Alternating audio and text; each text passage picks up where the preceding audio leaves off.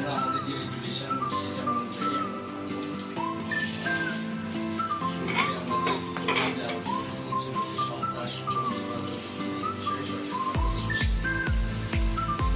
জঙ্গিবাদ এবং দুটো বিষয় একেবারেই কমে এসছে আছে।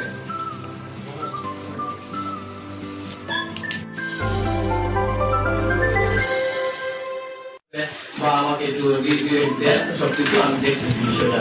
তারপর ব্যস্ততার কারণে আমি ঢাকার বাইরে ছিলাম সংবাদ সংগ্রহের কাজে, যার কারণে আজ বন্ধ আমি দিতে পারি। আমি অতি শীঘ্রই তাকে একটা নোটিশ দেবো এবং মাদকারবাদীদের তালিকা দিয়ে দেবো ইনশাআল্লাহ।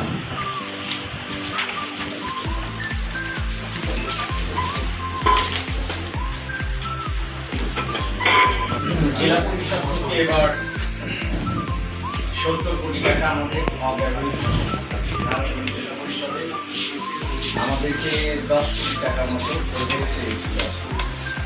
সে প্রজেক্ট আমরা দিয়েছিলাম, প্রজেক্ট পাস হয়ে এসছে।